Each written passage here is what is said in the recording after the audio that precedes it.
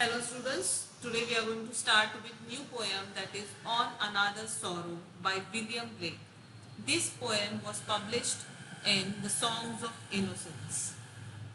Here, in this poem you can say the poet wants to tell us the love God has for us. He wants to tell us through this poem that the love which God has for us, the same love we should have for our fellow human beings. Let's start with the poem. Can I see another's woe and not be in sorrow too? Can I see another's grief and not seek for kind relief? Here the poet, the speaker of the poem, he wants to tell, he is asking certain questions to the reader here. So here the first question which he is asking is, can I see another's woe? Means if I see someone is in deep pain or deep sorrow here, so and not be in sorrow too. Can I not feel the same sorrow or same pain that person is going through? Can I see another's grief and not seek for kind relief? Means if I see someone is in problem, if someone is in, you can say sorrow here, will I not try to help some or the other way that person? Will I not try to find out the way which I can relieve that person from the pain? Next stanza. Can I see a falling tear and not feel my sorrow share? Can a father see his child weep and not be with sorrow feel? Means he is asking again a question here. Can I see a falling tear and not feel my sorrow share? Means if I see that someone is crying because some or the other reason, if he is going through some pain, if he is going through some failure and there is tear in that person's eyes, so will I not go and try to ask that person that why there is tear in his or her eyes, what is the problem? Will I not try to sort out that problem or try to help that person in some or the other way? So here he has given a very nice example here. See what he has said further. Can a father see his child weep and not be with, and nor be with sorrow feel? Means here he say, if a father sees a child crying, then is it possible that the father will not feel the same pain the child is going through? Will there no be, you can say, if the child is crying, is it not, you can say, true that the father will also, there will also be tear in the father's eye? Then again he has given one more example. Can a mother sit and hear an infant groan and infant fear? Means groan here you can say a deep wordless sound conveying pain. So if a mother sees his small child is in pain and if the small child is in tear, the child is crying, the child is scared about something, is it possible for the mother to turn deaf ear to it? Is it possible for the mother to just sit like that and not to try to console his child, not to try to take the child in her arms and try to make the child feel secure? Is it possible?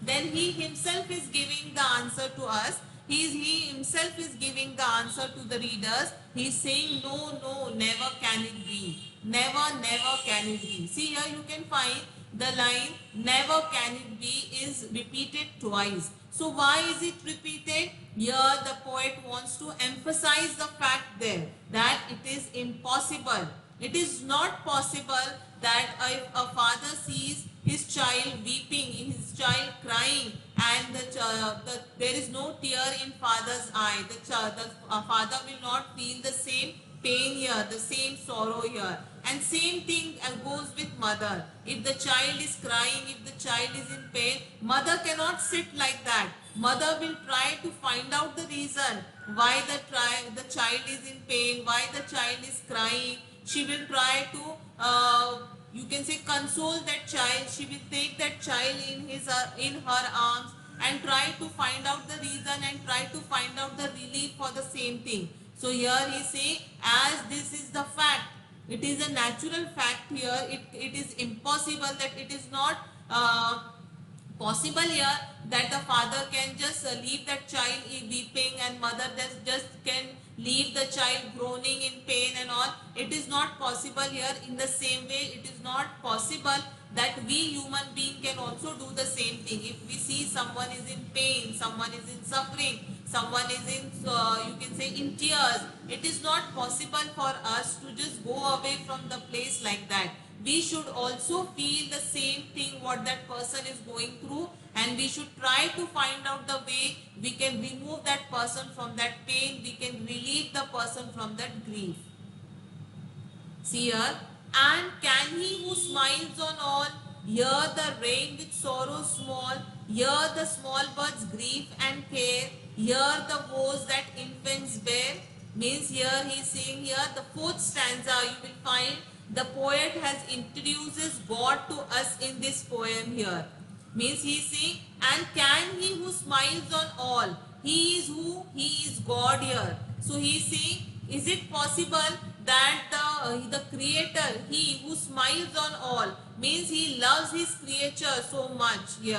Here the rain with sorrow small, means if he sees that someone is in pain here, and he that you can say rain here, you can say is a small short winged songbird here. So is it possible that he will just leave that person who is in pain like that, and he will not try to pay attention or to look after that person, that why is he in pain here?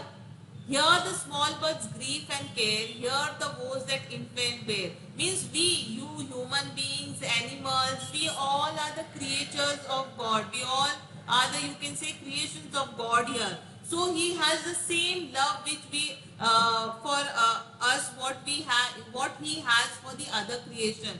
How he cannot see the pain of a small songbird wren here? In the same way, he cannot see the his you can say human creatures, means human beings also in the sorrow here.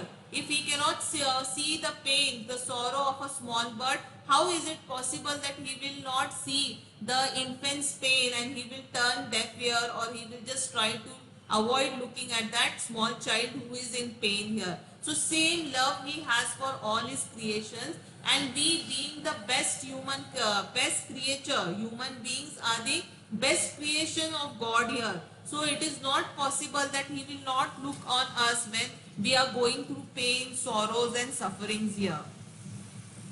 And not sit beside the nest, pouring pity in their breast, and not sit the cradle near, weeping tear on infant's tear. Means it is not possible that God will not sit beside the nest of that wren, that songbird, and try to pity here. He try to console here that bird here, and no, it is not possible that he will sit.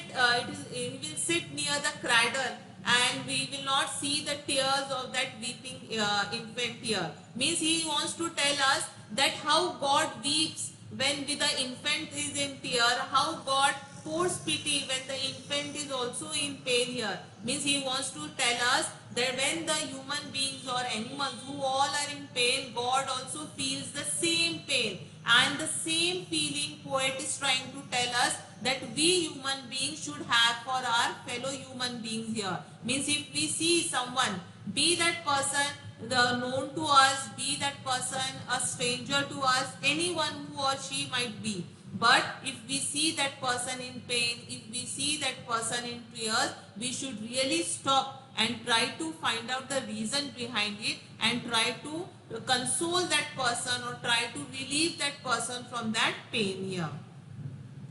And not sit both night and day, wiping all our tears away. Or no, never can it be, never, never can it be. Means he is trying to tell us that it is not that some people have a tendency or they have a complaining nature. They tell that God always blesses the people who are already blessed here, and see we all are suffering and God is not turning towards us. He is not trying to relieve us from our pains and sorrow. It is not like that. Here the poet wants to tell us that God is sitting both night and day. It is not that there is a daytime God looks at us, and when the whole world is sleeping, the God is also sleeping, and the person who alone is suffering is alone there only suffering and all. It is not like that. Throughout the day and night, God is watching us. here he is looking us there what we are going through, and he is wiping our tears away here. It is not like that he is not going to look after us and he is not going to turn our sorrows into joy here, but he waits for the perfect timing. But it is not like that. Till that time comes, he leaves us alone like that, suffering. Where whoever that person who is suffering and all, God is always with those people here. Those people are never alone here. So we should never feel that when if we are going through some failure, if we are going through some loss here, if we are going through some pain, that we are alone here and the whole world is enjoying. Even if the whole world is enjoying here, we are not alone. God is always there with us. So he is saying again, he has repeated this line in this stanza, oh never can it be, never never can it be. Means it is impossible that God is never with us. He is always there with us. He doth give his joy to all. He becomes an infant small. He becomes a man of woe. He doth feel the sorrow too. Means it is not that God doesn't feel here. Means how he gives the joy to all. Means it is not that everyone, that person is blessed, that person is enjoying his life and we are left suffering. It is not like that. Our timing will also come. The timing is there, and we should wait for that time with patience here. Patience is very important here. We human beings are very impatient. We always want to everything to happen like how with a magic wand here. Means we just you can say use the magic wand, our pain turns into relief, or our sorrows turns into joy. It is not that. We have to wait for the perfect timing, and to wait for that perfect timing, patience is very important and positive approach is very important for that thing. So here he is saying that when that small child, when and that infant is going through some pain here, when that man is going through some sorrows here, sufferings here, so God also feels how that infant is feeling the pain, how that man is suffering through that particular the situation he is going through. God also feels the same thing here. So again he tries to tell us that we human beings also need to have that you can say feeling of empathy towards our fellow human beings here. If we see someone in pain, if we see someone is crying, if we see someone is suffering here, we should really try to have the same feeling for that person. Think not thou canst sigh a sigh, and thy maker is not by. We should never think that a Lord cannot remove the person from suffering here, and thy maker is not by. Means it is impossible for him to remove us from that suffering. Think not thou canst weep a tear, and thy maker is not near. We should never feel that the God cannot wipe out our tears here, or he is not near to us, he is not listening to us, or he is not seeing what we are going through and all. It is not like that. He is always near to us and he is always seeing what we are going through. See the last stanza now. Oh, he gives to us his joy, that our grief he may destroy. Means soon the time will come that he will give us joy and he will destroy all our griefs, all our sufferings. Till our grief is fled and gone, he doth sit by us and mourn. Means till we go through that suffering period, it is not that we are left alone. He is always there beside us. He is also feeling the same pain we are going through here.